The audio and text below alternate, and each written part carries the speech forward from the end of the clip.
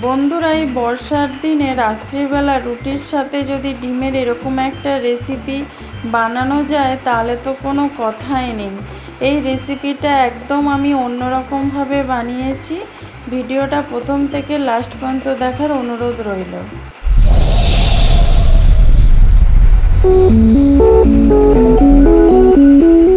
এখানে আমি 4টে ডিম নিয়ে ভাজা করে নিচ্ছি। তেলের মধ্যে আমি একটু নুন হলুদ দিয়ে ডিমটা ভেজে নিচ্ছি। এখানে আমি 4টা ডিমের করেছি, তোমরা চাইলে বেশি ডিম দিয়েও করতে পারো। আমি এখানে তেলের মধ্যে নুন আর হলুদ একটু দিয়ে রেখেছিলাম। নুন হলুদ দিয়ে ডিমগুলো আমি ভেজে নিয়েছি, তুলে নেব। ওই তেলের মধ্যেই আমি একটা বড় সাইজের পেঁয়াজ কুচিয়ে নিয়েছিলাম, সেই পেঁয়াজটা আমি দিয়ে দিচ্ছি। এটা একটু হালকা ভেজে নেব, আর এর মধ্যে কোনো বেশি তেল দেওয়ার দরকার নেই। দেখো, এইটাতে মিডিয়াম আছে, কিন্তু পেঁয়াজটা একটু ভেজে নিতে হবে। পেঁয়াজের একটু ক্রাঞ্চি ভাবটা চলে গেলেই আমাদের হয়ে যাবে। এই রান্নাটা খুবই সহজ, একদম অন্যরকমভাবে বানিয়েছি। তোমরা একবার প্লিজ ট্রাই করো। কেমন লাগলো আমাকে তারপরে কমেন্ট করে জানাবে। দেখো, পেঁয়াজটার কিন্তু কালারটা অনেকটাই চেঞ্জ হয়ে গেছে, দেখতেই পাচ্ছ। এবার এর মধ্যে আমি একটা টমেটো দিয়ে দিচ্ছি। টমেটোটাও একদম আমি কুচি কুচি করে নিয়েছিলাম, খুব না পেস্ট না কিছু, আমি চপারের মধ্যে একদম কুচি কুচি করে নিয়েছিলাম। এবার পেঁয়াজ আর টমেটো একসঙ্গে আমি একটু ভেজে নেব, যাতে পেঁয়াজ আর টমেটো দুটোই একটু নরম হয়ে যায়। দেখো, পেঁয়াজের মধ্যেও জল আছে, টমেটোর মধ্যেও জল আছে, সেই জন্য এই দুটো থেকেই রেসিপি থেকে যে জল বেরোবে তাতেই কিন্তু এগুলো একদম নরম হয়ে যাবে। পেঁয়াজ আর টমেটোটা আমরা একটু ভেজে নিচ্ছি। এখানে পেঁয়াজ আর টমেটো ভাজা হয়ে গেছে। এবার এর মধ্যে একটু সামান্য আমি হলুদ আর কাশ্মীরি লঙ্কার গুঁড়ো দিয়ে দেবো। এটা দেব কালারের জন্য। তোমরা এই রকমভাবে একবার বানিয়ে দেখো, তরকারির কালারটা না জাস্ট অসাধারণ হয়।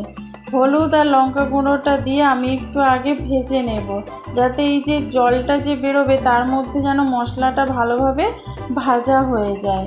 তারপরে এর মধ্যে আমি সামান্য একটু নুন দেব। নুনটা বেশি এই সময় দেওয়া যাবে না, অল্প করে আমি নুন দেব, যাতে পেঁয়াজ আর টমেটোটা ভালো করে ভাজা হয়ে যায়। দেখো, এখানে আমার মশলাটা অনেকটাই ভাজা হয়ে গেছে। এবার এর মধ্যে আমি সামান্য নুন দিয়ে দিচ্ছি, আর আমি এখানে 2 থেকে 3 চামচ টক দই দিয়ে দেবো। টক দই দিয়ে মশলাটা ভালো করে আমি কষিয়ে নেব। দেখো, এখানে 2 থেকে 3 চামচ আমি টক দই দিচ্ছি, দিয়ে এটা ভালো করে আমি একটু মশলাটা কষিয়ে নেব।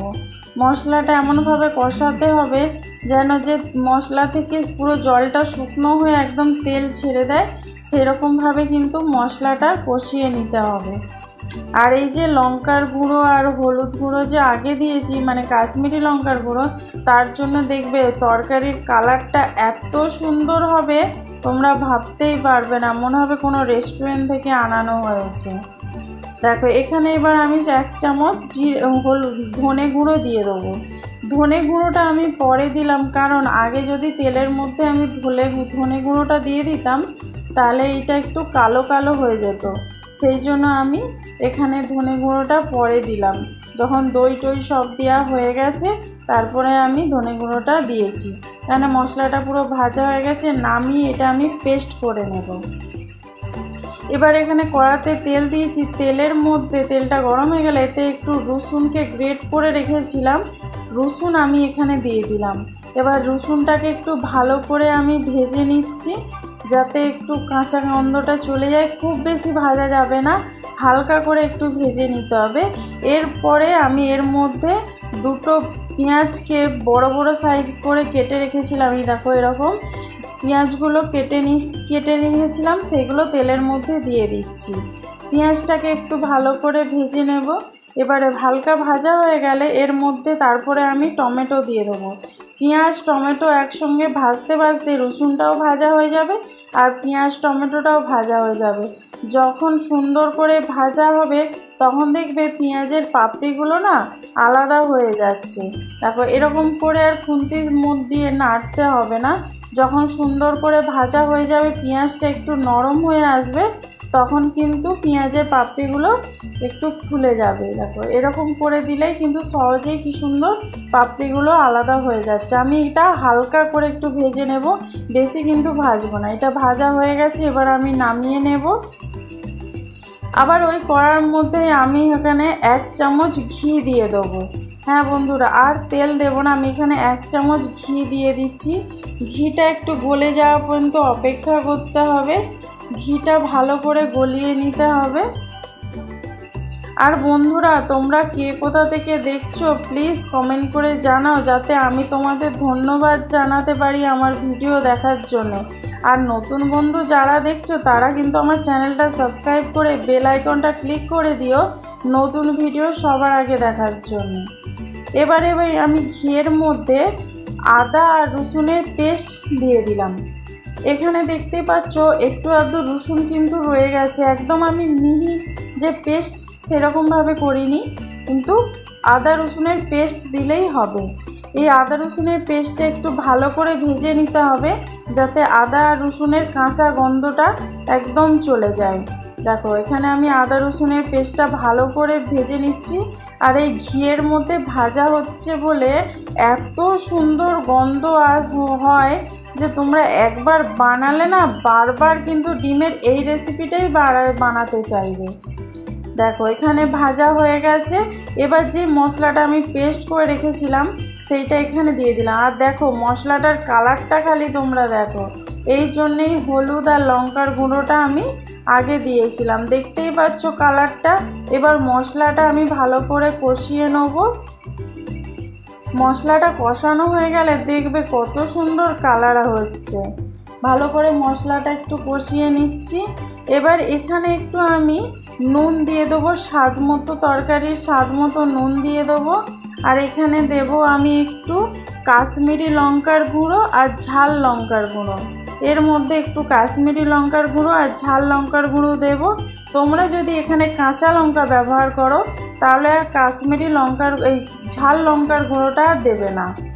আমি এখানে কাঁচা লঙ্কা ব্যবহার করছি না, সেই জন্য আমি একটু সামান্য ঝাল লঙ্কার গুঁড়ো দিয়ে দিচ্ছি। আমি কিন্তু 1/2 চামচ দিয়েছি ঝাল লঙ্কার গুঁড়ো আর 1 চামচ দিয়েছি কাশ্মীরি লঙ্কার গুঁড়ো, আর নুনটা স্বাদ মতো দিয়েছি। এবার মিক্সিং জারটা ধুয়ে একটু জল দিয়ে দিলাম, যে মশলাটা পেস্ট করে রেখেছিলাম সেইটাই ধুয়ে একটু আমি জল দিয়ে দিলাম। ব্যাস এইটুকুন জলেই কিন্তু পুরো রান্নাটা হয়ে যাবে, এখানে আর কোনো জল দিতে লাগবে না। মশলাটা একটুখানি জাস্ট কষিয়ে নিলেই হবে, যেহেতু সব কিছু ভাজা আছে মশলাটা বেশিক্ষণ কষাতে লাগবে না, 2 মিনিটের মতন একটু কষিয়ে নিলেই হবে। দেখো মশলাটা পুরো কষানো হয়ে গেছে, এবার ভেজে রাখা পেঁয়াজ আর টমেটোটা এখানে দিয়ে দেবো। পেঁয়াজ দিয়ে ভালো করে একটু মশলাটা কষিয়ে নিচ্ছি। মশলাটা ভালো করে কষানো হয়ে গেলে এর মধ্যে এবার ডিম দিয়ে দেবো। ডিম দিয়ে 2 মিনিটের মতন আমি একটু চাপা দিয়ে রান্না করে নেব।